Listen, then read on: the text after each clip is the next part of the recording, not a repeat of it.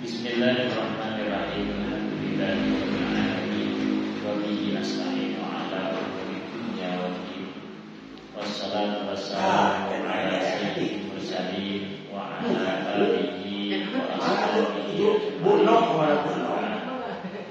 Allahumma la ilma lana illa ma 'allamtana innaka antal 'alimul hakim. Allahumma anfa'na bima 'allamtana wa 'allimna ma yanfa'una wa zidna 'ilma. Allahumma arinal haqqa haqqan warzuqna ittiba'ah wa arinal batila batila warzuqna ijtinabah waj'alna mimman yastami'una al-qawla fayattabi'una ahsana wa adkhilna bi rahmatika fi ibadika salihin. Amin. Hadirin wal hadirat mustami'in mustami'at rahimakumullah. Kita masih dalam pembahasan fikih haji. Sekarang sampai rukun yang kedua, yaitu wukuf di tanah Arafah. Wukuf di tanah Arafah itu merupakan rukun yang paling utama dalam manasik haji. Sebagaimana sabda Rasul sallallahu alaihi wa alihi wasallam, al-hajju Arafah. Haji intinya adalah Arafah. Kalau tidak ada Arafah, maka tidak ada haji. Orang berhaji tidak mengikuti wukuf di tanah Arafah, maka hajinya tidak akan sah, tidak diangkat. Sebagaimana sabda Rasul sallallahu alaihi wa alihi wasallam, ad-dinun nasihah. Agama itu adalah nasihat. Kalau orang beragama Islam kemudian dia tidak mau menasihati sesama muslim, maka seakan orang tersebut tidak punya agama. Maka kita diharuskan peduli kepada sesama manusia muslim. Ada kesalahan pada diri kerabat kita, tetangga kita, teman-teman kita yang muslim, maka wajib bagi kita untuk menasihati mereka. Kita ingatkan mereka kalau itu salah. Cuma di dalam menasihati itu harus senantiasa menjaga lisan kita. Jangan sampai menyakiti hatinya dengan tutur kata yang lembut, bimau'izatin hasanah. Dengan tutur kata yang baik, yang lembut, tidak memaki. Ya, dan kalau kita menasehati kok malah memaki, malah muncul dosa. Karena semua ucapan yang muncul dari lisan kita, keluar dari mulut kita, kalam perkataan yang buruk, jorok, kotor, makian, maka akan muncul dosa. Makanya wajib bagi kita manusia muslim untuk saling menasihati. Al-hajju Arafah. Man adraka Arafah qabla yaqulu al-fajru faqad adraka al-hajj. Haji adalah Arafah. Barang siapa yang ia menemukan Arafah sebelum munculnya fajar, maka dia sudah disebut menemukan haji. Dari itulah a'dhamu dzanbi man waqafa fi Arafah wa dhanna anna Allah lam yaghfir lah. Sebesar-besarnya, paling besarnya dosa adalah orang yang telah wukuf di Arafah, tetapi dia itu masih memiliki perasaan Allah belum mengampuni dosaku. Karena orang yang berhaji kemudian wukuf di tanah Arafah, seluruh dosa-dosanya itu langsung dihapuskan oleh Allah. Ya, maka akhani rukun yang kedua daripada rukun haji adalah wukuf di tanah Arafah. Wukuf di tanah Arafah itu waktunya dari kapan sampai kapan? Yadkhulu min zawali syamsi lil yaumil tasi ila fajril yaumil asyir. Masuk waktunya wukuf di tanah Arafah adalah dari tergelincirnya matahari di tanggal 9 Dzulhijjah. Maksudnya tergelincir matahari itu masuk waktu zuhur. Tanggal 9 Dzulhijjah di selain maka orang yang berhaji itu pada puasa Arafah. Hukumnya sunnah. Tapi bagi orang yang berhaji yang sedang wukuf di tanah Arafah, puasa Arafah bagi mereka tidak sunnah. Tidak ada kesunahan bagi mereka yang berhaji untuk puasa Arafah. Karena mereka wukuf di tanah Arafah itu sudah mendapatkan pengampunan dosa. Sedang kita yang di Indonesia tidak bisa wukuf di tanah Arafah, gimana caranya supaya diampuni dosanya? Puasa di hari Arafah. Jadi mulai wukuf adalah kapan? Masuk waktu zuhur tanggal 9 Dzulhijjah atau dinamai hari Arafah. Sampai kapan? Sampai fajarnya hari ke-10. Berarti dari zuhur, asar, maghrib, isya sebelum subuh. Ya, sebelum subuh. Kalau kita wukuf di tanah Arafah datangnya malam hari jam 10 masih boleh. Kita datangnya jam 12 masih boleh. Datangnya jam 3 masih boleh. Yang penting sebelum subuh kita sudah berada di tanah Arafah. Apakah harus diam dan tidur di situ? Tidak. Hanya melewat saja itu sudah sah. Walaupun kita dalam keadaan tidur dibawa oleh bus umpamanya lewat di tanah Arafah terus keluar lagi, itu sudah sah. Sudah disebut sebagai orang yang wukuf di tanah Arafah.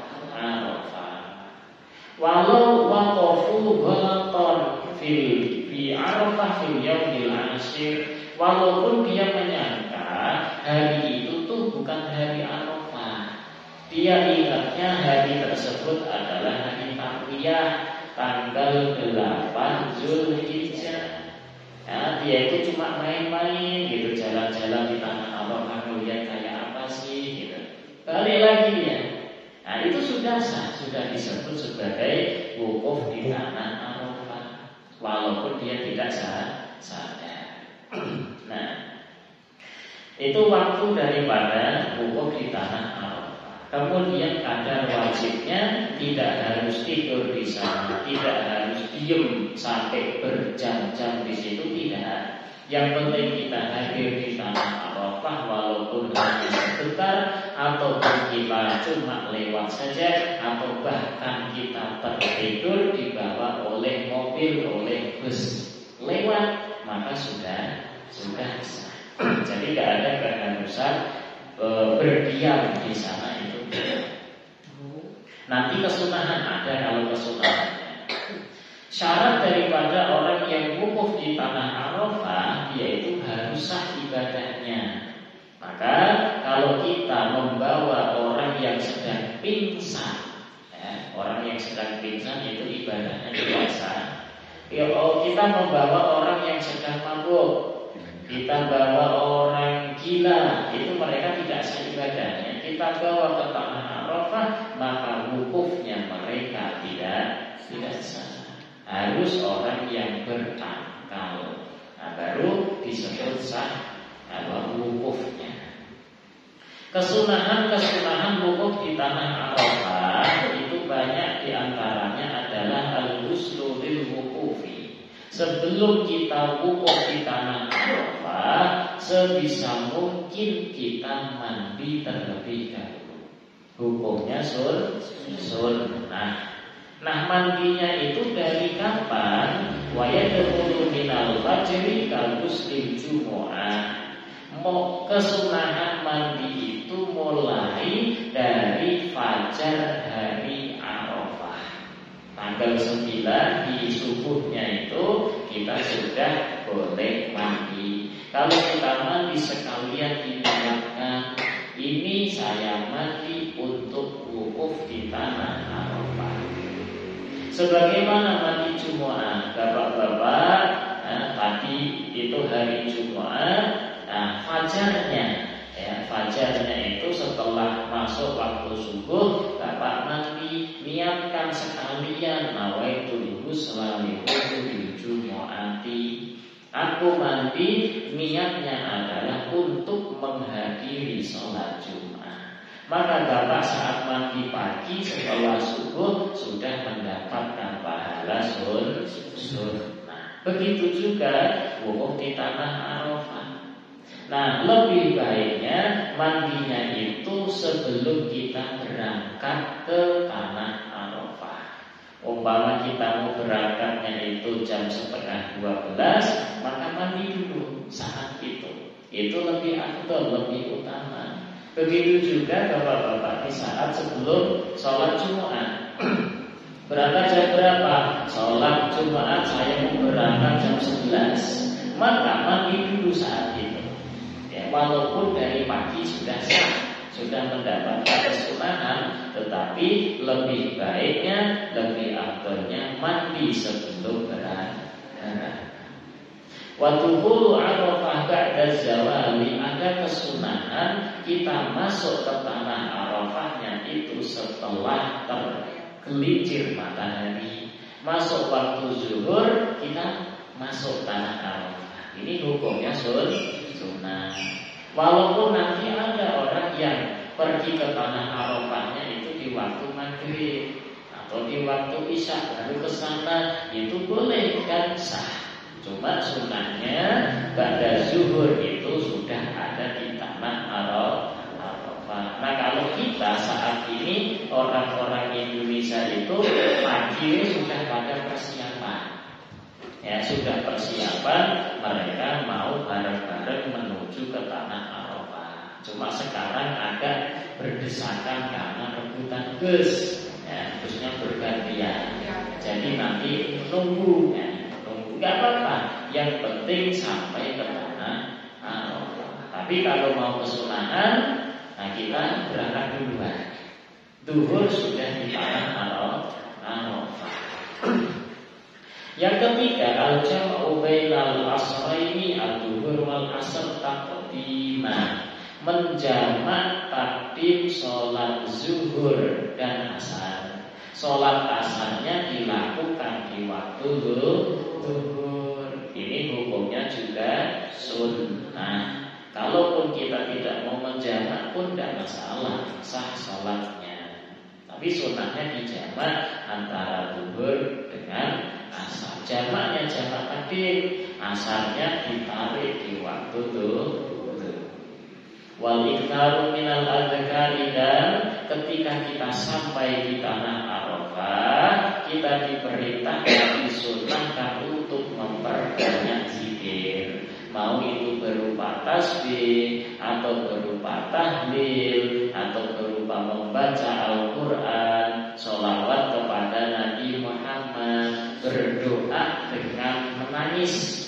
Berdoa dengan menangis hukumnya sunnah saat kita berada di tanah Arafah. Bahkan sebisa mungkin membaca kalimat tahlil la ilaha illallah wahdahu la syarikalah lahul mulku wa lahul hamdu yuhyi wa yumiitu wa huwa ala kulli syai'in qadir sebanyak 1000 kali. Kemudian membaca subhanallah alhamdulillah wa la ilaha illallah allahu akbar sebanyak 100 kali kalau bisa. Nah, kalau bisa kalau tidak usah dihitung, sebanyak-banyaknya kita membaca la ilaha illallah sampai akhir, kita baca subhanallah alhamdulillah wa la ilaha illallah allahu akbar, namanya al-baqiyatus shalihah. Itu dibaca sebanyak-banyaknya. Tilawatul Quran sebanyak-banyaknya, berdoa pun sebanyak-banyaknya. Hukumnya sunnah. Yang kelima, kesunahan ketika wukuf di tanah Arafah adalah istiqbalul kiblati ma'at taharah. Kita senantiasa menghadap kiblat sambil kita suci daripada hadas kecil, hadas besar. Kalau kita buang angin, biarin, tidak masalah, ya, sah wukufnya kita. Ya, yang kita disyaratkan harus suci saat manasik haji adalah hanya saat tawaf saja. Selain tawaf tidak ada syarat harus suci dari hadas kecil, hadas besar. Artinya saat kita sa'i sambil tidak punya wudu boleh tidak? Boleh. Kita wukuf di tanah Arafah tidak punya wudu boleh tidak? Boleh. Tetapi sunnahnya punya wudu. Kemudian yang keenam sunnahnya al-buruzu lisyamsi 'inda sahara tahta jabalir rahmah. Kita menengadahkan, kita itu disuruh untuk keluar supaya terkena sinar matahari. Istilah kita ya berpanas-panasan. Ini hukumnya sunnah. Berpanas-panasan di bawah terik matahari hukumnya sunnah. Kan banyak orang yang bawa payung, orang yang ngumpet di bawah batu besar kan ada. Nah, sunnahnya adalah berpanas-panasan di bawah Jabal Rahmah. Yang ketujuh al-jam'u bainal laili wan nahar. Kita hadir di tanah Arafah itu siang malam. Siang sudah ada di tanah Arafah, malam pun ada di tanah Arafah. Ini hukumnya sunnah. Nah, kalaupun kita hadirnya cuma malam saja tidak masalah. Sah apa? Sah wukufnya kita. Wa yahsulu dzalika bi an yakuna fiha waqt ghurub syams. Ini yang dilakukan oleh orang Indonesia. Duhur itu berada di tanah Arafah, asar, maghrib sudah siap-siap kemana? Dari tanah Arafah kemana? Ke Mina. Ya, langsung siap-siap ke Mina. Kapan? Di waktu maghrib atau isya. Itu udah siap-siap. Iya, karena kalau tidak diawali, dimulai di waktu isya nggak akan cukup. Nah, nanti ada kesunahan bagi bapak-bapak, bagi laki-laki, keminahnya itu bukan di waktu maghrib isya tidak, tapi akhir sebelum subuh. Sunnahnya seperti itu. Tapi kalau sekarang kan di jadwal, ya ada jadwalnya masing-masing, rombongan masing-masing, rombongan sekian berangkat jam sekian sampai jam sekian gitu ya. Tidak masalah, tidak apa-apa. Nah, yang penting sudah mendapatkan kesunahan. Kita berada di tanah Arafah di waktu siang dan malam. Jadi sampai waktu maghrib menuju isya itu sudah langsung beranjak kita jalan ke Mina. Untuk apa? Lempar jumroh. Kemudian kesunahannya lagi adalah niyatu jam'i takhir lil maghrib ma'al isya. Kita menjamak takhir sholat maghrib ditaruh di waktu isya. Ya, hukumnya juga sunnah. Kemudian ada ila Muzdalifah. Kemudian kita berangkat ke Muzdalifah setelah tergelincirnya mega kuning, ya, tergelincirnya mega kuning, kita pergi ke tanah Muzdalifah. Ini hukumnya juga adalah sunnah. Kalau ada orang haji kemudian tidak pergi ke Muzdalifah, hajinya sah atau tidak? Sah hajinya. Hajinya adalah sah. Itu namanya wukuf di tanah Arafah. Setelah kita wukuf di tanah Arafah, kita nanti ada rukun yang ketiga adalah tawaf. Tawaf yang dimaksud rukun itu adalah tawaf ifadah. Ya, tawaf yang nomor 1 kudum hukumnya sunnah. Yang kedua tawaf ifadah adalah rukun. Dan yang ketiga tawaf wada, perpisahan, mau meninggalkan tanah haram, Masjidil Haram, tawaf dulu, namanya tawaf wada. Tawaf wada hukumnya wajib. Ya. Kalau orang tidak tawaf wada, maka sah hajinya, tetapi itu orang akan terkena kecuali wanita yang sedang haid. Wanita yang sedang halangan, dia mau meninggalkan tanah haram, maka wanita ini tidak tawaf wada, dia tidak terkena denda. Wal yatawafu bil baitil atiq, sebagaimana firman Allah Subhanahu wa taala, dan hendaklah bertawaf siapa kalian semuanya di Baitul Atiq, yakni Baitullahil Haram. Syarat daripada tawaf ada 10. Kalau salah satu syarat tidak terpenuhi, maka tawafnya kita tidak sah. Apa itu? Yang pertama, satrul aurah, harus menutup aurat. Auratnya laki-laki antara pusar dan lutut harus tertutup. Auratnya perempuan sekujur badan kecuali muka dan 2 telapak tangan. Maka ibu ini harus senantiasa dijaga. Jangan sampai lengannya itu menyingkap sampai segini, maka nanti tawafnya tidak sah. Lah terus supaya aman pakai manset yang di sini ada cantolannya, sehingga tidak akan menyingkap, dia senantiasa di sini. Ya. Kaki bagaimana? Harus pakai kaos kaki. Kalau tidak pakai kaos kaki, kelihatan sebagian dari telapak kakinya, maka tawafnya nanti tidak sah. Muka bagaimana? Umpamanya dia itu cantik banget, kalau dia ngebuka mukanya, dia itu khawatir dilihatin orang-orang. Boleh ditutup tidak saat tawaf? Boleh, asalkan dikasih penyangga. Ya, penutup muka itu tidak boleh nempel di muka. Namanya itu burqa atau cadar. Cadar itu boleh dipakai saat tawaf dengan syarat tidak sampai menempel di mukanya. Kalau nempel di muka, dia kena das, hukumnya haram, tidak boleh. Nah, kalau terpaksa pakai cadar boleh, tapi dikasih penyangga agar si satir atau cadar ini tidak nempel di muka.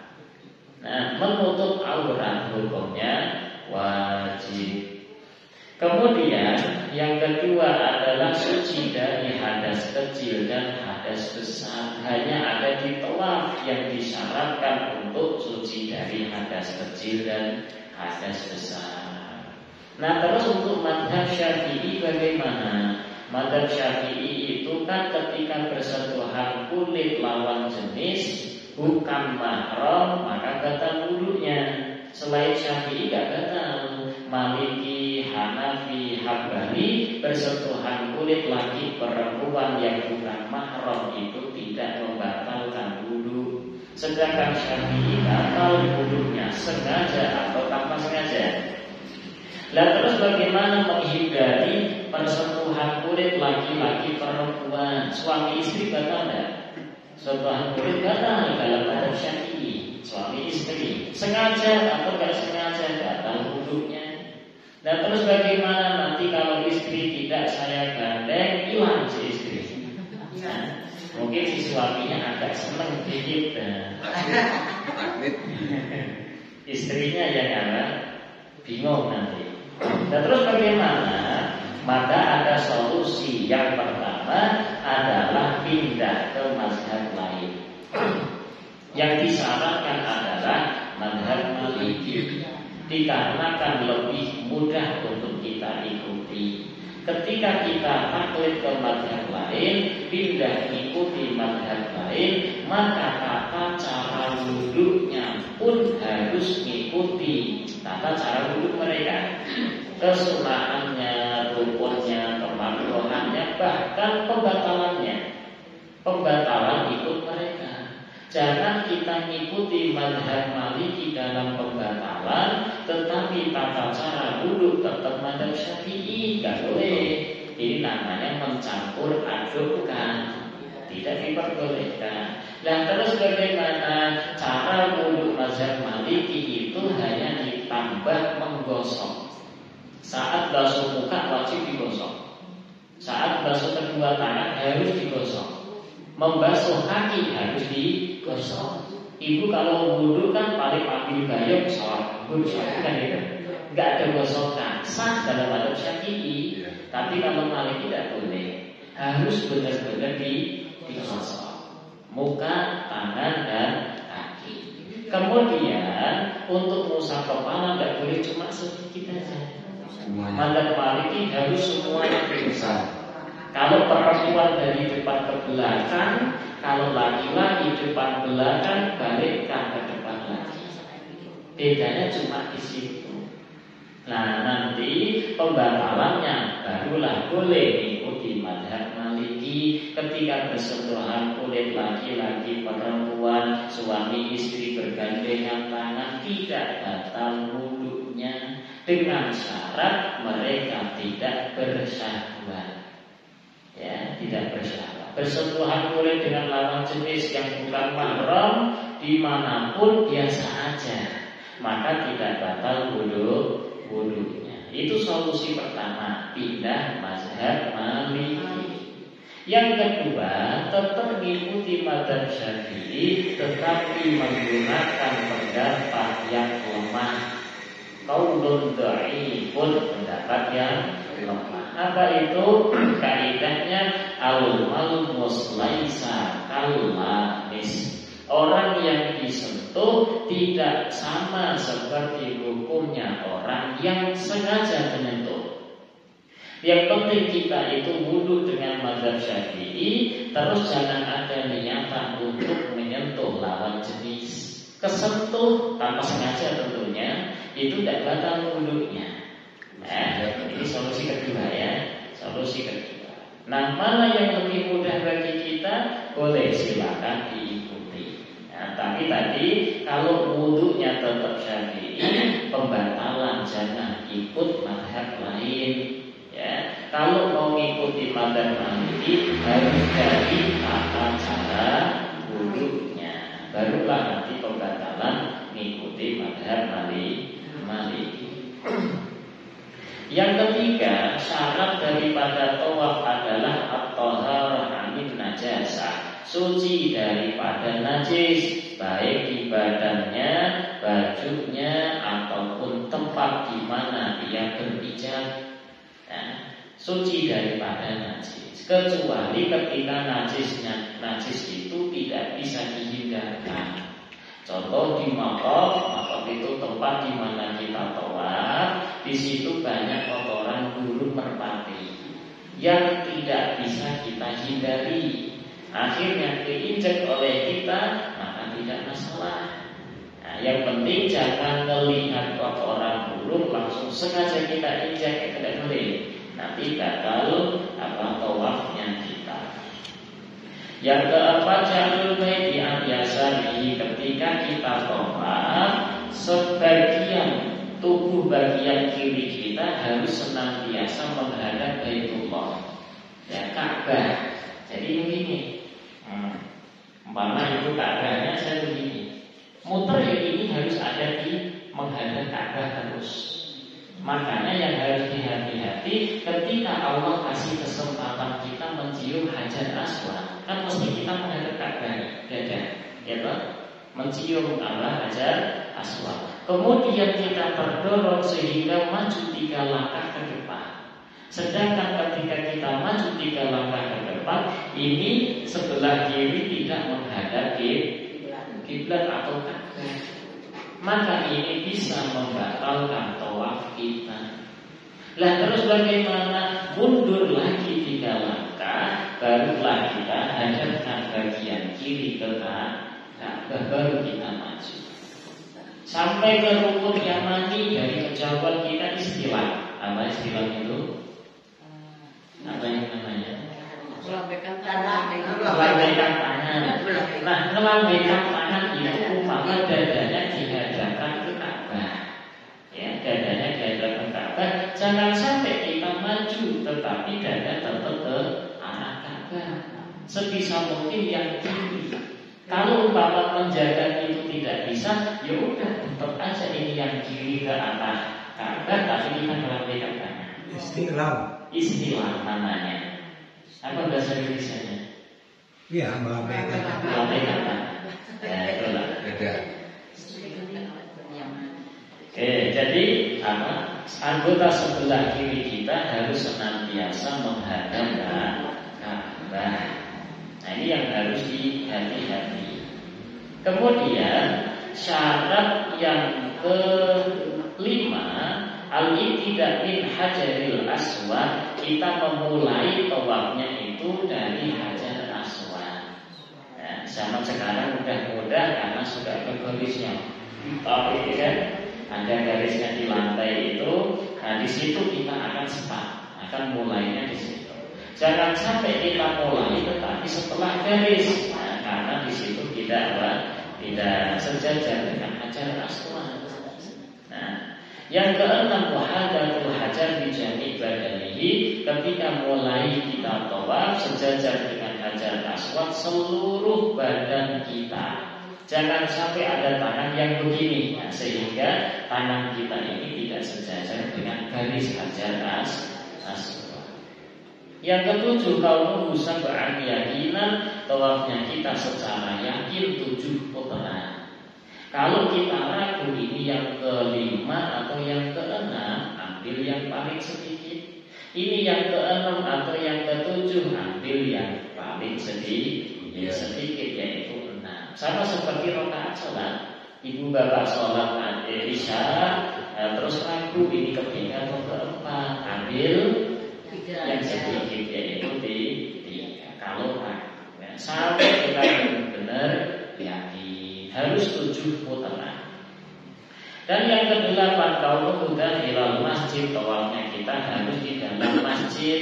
Nah, kalau tawaf di luar masjid tidak boleh, tidak sah. Wa kaunuhu kharijal baiti wa syadar wa hijr Ismail, kita tawafnya harus di luar Baitullah, di luar Ka'bahnya. Gak boleh kita masuk ke dalam Ka'bah kemudian muter di situ, itu tidak sah. Harus di luar Ka'bah. Dan harus di luar sadarwan. Sadarwan itu batu pondasi Ka'bah. Apa di sini? Ya. Batu pondasi itu seperti di jendela itu. Ka'bah kotak, terus ada pondasinya itu. Apa namanya? Itu batu pondasi, ya. Bahasa Arabnya sadarwan. Sadarwan. Maka ibu bapak ketika tawaf jangan sampai sambil megang temboknya Ka'bah, kita muter gitu, nggak boleh, nggak sah. Tawafnya menjadi tidak. Kenapa? Karena sebagian anggota badan kita, tangan ini ada di atas batu pondasi Ka'bah. Ya, tidak diperbolehkan. Loh, kalau mau megang tembok Ka'bah gimana nanti setelah tawaf? Setelah tawaf silakan dipegang sepuasnya. Tapi saat tawaf jangan sampai kita pegang kemudian jalan maju. Gak sah tawafnya. Kalau dia diam dulu tidak masalah. Tapi jangan sampai maju ya. Diam dulu, kita pegang, diam. Beres, baru kita ambil, barulah maju. Ya. Jangan sampai salah satu anggota badan kita di atas sadarwan atau pondasi Ka'bah. Dan juga harus di luar hijr Ismail yang melengkung itu namanya hijr Ismail. Jangan lewat dalamnya. Nah, sekarang nggak bisa kan dijaga askar ya, atau askarnya sedang lalai terus kita masuk ke situ, tawafnya nggak boleh. Maka tawafnya menjadi tidak sah. Harus di luar 3 tadi, di luar Ka'bahnya, di luar sadarwan atau batu pondasi Ka'bah, dan harus di luar hijr Ismail. Dan yang ke-10, ada musarfihi li ghairihi. Kita tidak boleh saat tawaf niatnya itu berpaling dari tawaf. Maksudnya gimana? Ketika kita maju itu jalan maju untuk tawaf, niatnya bukan tawaf, Bu. Ibu melihat orang yang ibu dulu pernah ngutangi, ya. Ngutangi itu orang sekian puluh tahun enggak bayar. misalkan ketemu di Ka'bah di Makkah. Duh, itu kan fulan yang pernah utang ke saya belum bayar ya. Nah, ibu bapak malah apa? Ngejar itu orang untuk nagih hutang. Jadi kita maju itu niatnya kita adalah ngejar orang tersebut saja. Tidak ada niatan untuk tawaf. Maka tawaf yang kita lakukan putaran tadi menjadi tidak biasa. Wah, itu mustahil, jangan, nggak ada. Oke, contoh lain. Ibu ikut rombongan. Nah, apa namanya? Dago travel Pak sih? Dago travel. Dago travel. Ibu ketinggalan rombongan. Bapak ketinggalan rombongan. Mana rombongan saya? Baju hitam-hitam tuh di depan sono. Akhirnya apa? Karena takut nanti ketinggalan, hilang, gak pulang ke Indonesia, lari itu. Ngapain? Tujuan satu-satunya adalah ngejar rombongan saja. Tidak ada niatan untuk tawaf. Padahal dia melihat Ka'bah ke 7 putaran, niatnya cuma apa? Ngejar rombongan saja. Maka tawafnya menjadi tidak sah. Ini namanya memalingkan niat. Emang ada orang pernah bercerita, bahkan mutawif itu enggak satu orang yang cerita ke saya. Ketika satu jamaahnya itu hilang, dia langsung panik. Ada mutawif perempuan juga ya kayak gitu. Jamaahnya udah sepuh, ibu-ibu udah sepuh banget hilang ya. Mana ini si ibu fulana gitu kan? Dicari sama dia. Dicari, jadi dia muternya itu memang hanya yang panik mencari ibu itu saja. Maka tawafnya itu orang menjadi tidak biasa. Yang tidak panik kan mudah, dia itu diam sejenak, diam di tempat saja. Di situ nanti sambil melihat, pasti akan ketemu di situ muter, gitu ya. Itu yang sudah pengalaman, yang belum pengalaman sampai panik ya, nyari ke sana kemari. Jadi muter Ka'bah 7 kali, niatnya hanya mencari jamaah saja. Maka tawafnya orang tersebut yang niatnya tidak untuk tawaf, tidak sah tawafnya. Dan itu tidak hanya pada tawaf. Ketika kita wudu, wudu udah basuh muka, basuh tangan kanan, tangan kiri, ngusap kepala, mau kita basuh kaki yang kanan, melihat di kaki kanan kita ada capnya, umpamanya cap atau titek atau semisalnya, kotoran lah. Kemudian kita siram, niatnya kita hanya membersihkan kaki dari kotoran saja, maka wudunya tidak sah. Walaupun betul dia itu sudah membasuh kakinya, tetapi saat membasuh kaki niatnya adalah hanya membersihkan dari kotoran. Tidak ada niatan untuk melakukan kefarduan wudu yang bernama membasuh kaki. Maka tidak sah wudunya. Sholat sama ibu bapak sholat saat sujud, kemudian baru membaca tasbih sekali subhana rabbiyal a'la wa bihamdi, ada kecoa lewat di bawah kita sih, langsung kaget kan, gitu kan, berdiri dia itu langsung bangun dari sujudnya, sekalian duduk di antara dua sujud. Apakah sah sholatnya? Tidak. Kenapa? Karena itu orang berdiri tidak dengan niatan duduk di antara dua sujud. Niat awalnya adalah menghindari kecoa.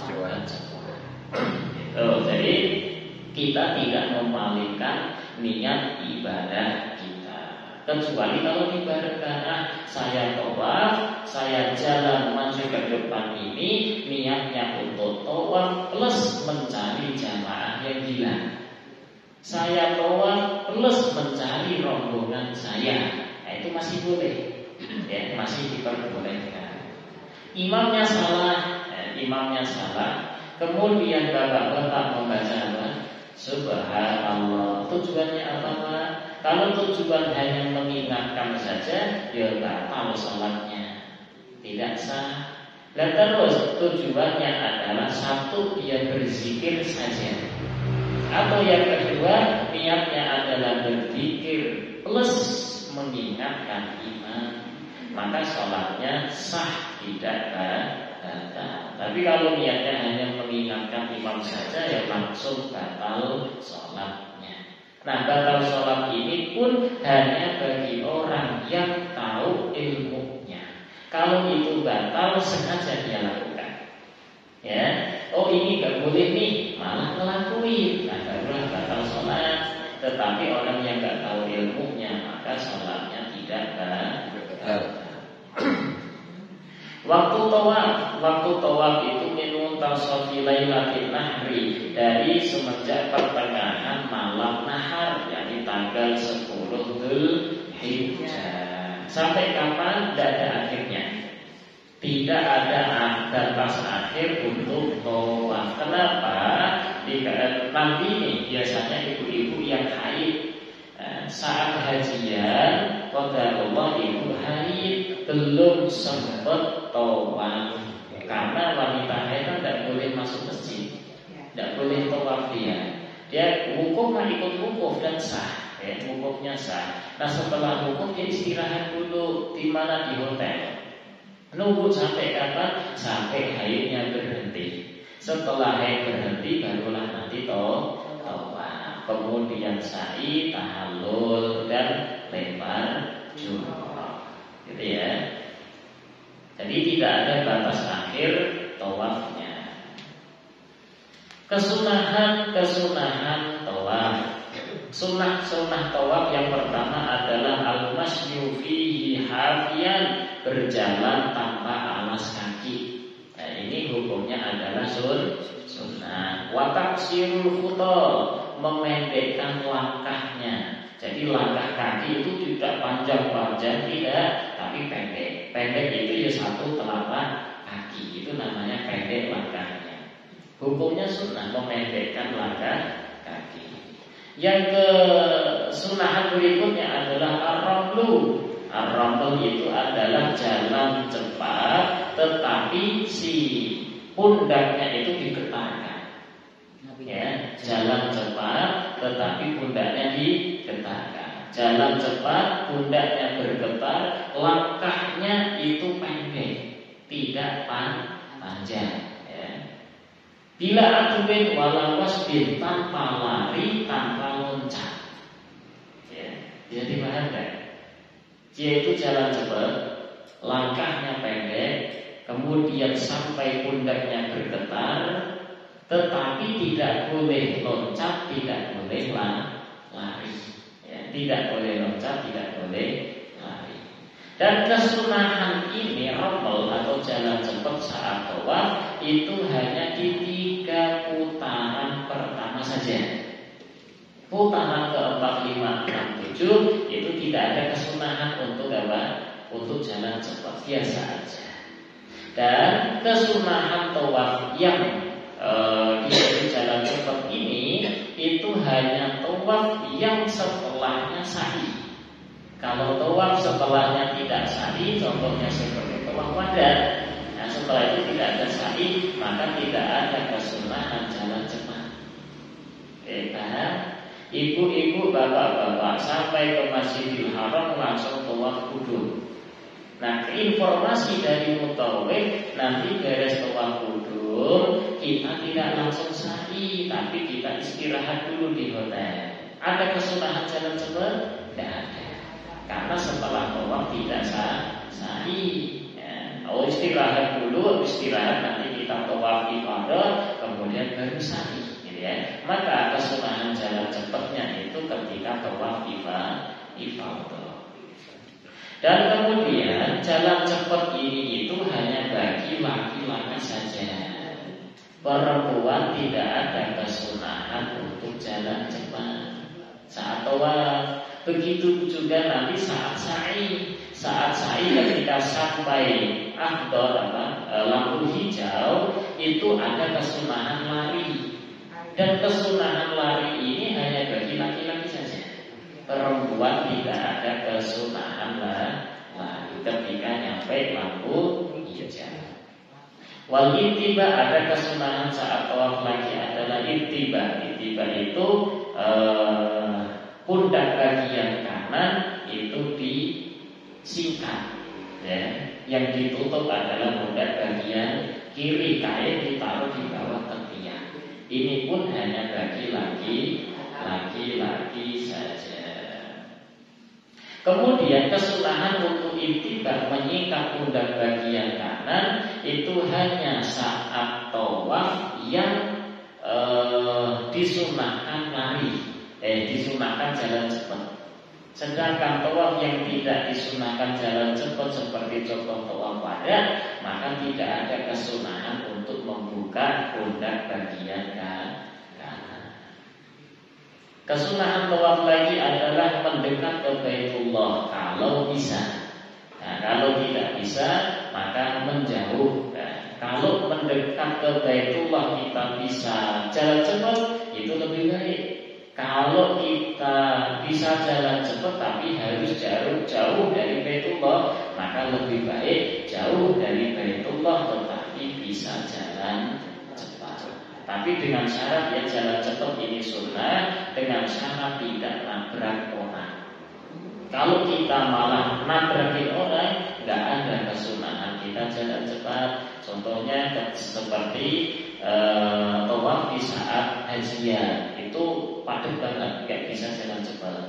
Atau tawaf saat Ramadan itu padat banget, maka tidak bisa jalan cepat. Maka ketika saat itu kita tidak ada kesunahan untuk jalan cepat. As-sakinah wal waqar wa adabul kalam saat tawaf, Bapak Ibu disunahkan untuk tenang hati, ya tenang, kemudian tidak berbicara. Maksudnya tidak ngobrol. Kalau saat ini kan pakai HP, video live ya. Zaman sekarang. Nah itu hukumnya makruh nanti. Sunnahnya udah gak usah mau main-main. Bahkan yang di video itu apa coba? Dia itu tawaf sambil nge-game. Pernah lihat sudah? Di video sambil nge-game di sana ya. Nah itu hukumnya adalah makruh, sia-sia ya. Sunnahnya udah tinggalin dulu aja. Yang berikutnya adalah mengangkat kedua tangan saat berdoa. Saat kita tawaf, kita berdoa sunnahnya sambil mengangkat kedua tangan. Al-muwalah berturut-turut dari putaran pertama, kedua, ketiga sampai ketujuh itu nyambung, itu hukumnya sunnah. Kalau kita nggak kuat istirahat dulu aja sambil nyambil makan, sambil minum, nanti lanjut lagi tawafnya. Qiraatul adhkar, kita membaca zikir-zikir yang diajarkan oleh Rasul. Nggak hafal, nggak ada bukunya, ya udah zikir baca Rabbana atina fid dunya hasanah wa fil akhirati hasanah wa qina adzabannar. Sebisanya berzikir. Istilahul hajar wa taqbiluh, kita melambaikan tangan kemudian mencium tangan tersebut ke hajar aswad. Meletakkan jidat kita ke hajar aswad kalau bisa mendekat. Kalau tidak bisa cukup lambaikan tangan. Sampai ke rukun yang lain juga sunnahnya melambaikan tangan kemudian dicium tangannya. Cium jauh. Kemudian setelah kita tawaf ada kesunahan sholat 2 rakaat di mana? Di maqam Ibrahim, di belakang maqam Ibrahim kita sunnah sholat 2 rakaat tawaf. Kalau tidak mungkin ya sholat di Hijr Ismail. Oh tidak bisa di Hijr Ismail, dilarang sama askar. Yang penting sholat 2 rakaatnya di masjid. Ini hukumnya adalah sunnah. Kemudian ada kesunahan saat tawaf itu adalah berdoa ketika sampai multazam. Multazam itu apa? Multazam adalah tempat antara hajar aswad dengan pintu Ka'bah. Tengah-tengahnya itu namanya adalah multazam yang sejajar dengan maqam Ibrahim. Itu namanya multazam. Kita sampai tengah-tengah itu antara hajar aswad dengan pintu Ka'bah, namanya multazam, berdoa maksud banyaknya, termasuk tempat di mana mustajabud doa itu dikabulkan. Kemudian kita disunahkan berdoa di hatim. Apa itu hatim? Hatim adalah mabainal hajaril aswad wa maqam Ibrahim, tempat di antara hajar aswad dan maqam Ibrahim. Ya, tengah-tengahnya itu namanya adalah hatim, termasuk tempat yang mustajab juga. Kita minum dari air Zam-Zam, hukumnya juga sunnah. Saat kita minum air Zam-Zam, disunahkan sambil meniatkan hajat-hajat kita, baik hajat duniawi ataupun hajat ukhrawi. Karena hadis Rasul, ma'u Zam-Zam lima syuribalah. Air Zam-Zam itu digunakan untuk hajat apapun. Nah, dia minum hajatnya apa? Insya Allah terkabul. Nah, ini kesunahan saat tawaf. Berarti ke depan insya Allah kita akan bahas rukun daripada haji yang keempat, yaitu sa'i. Ya, sa'i itu lari-lari kecil antara Safa dan Marwah. Wallahu a'lam bishawab.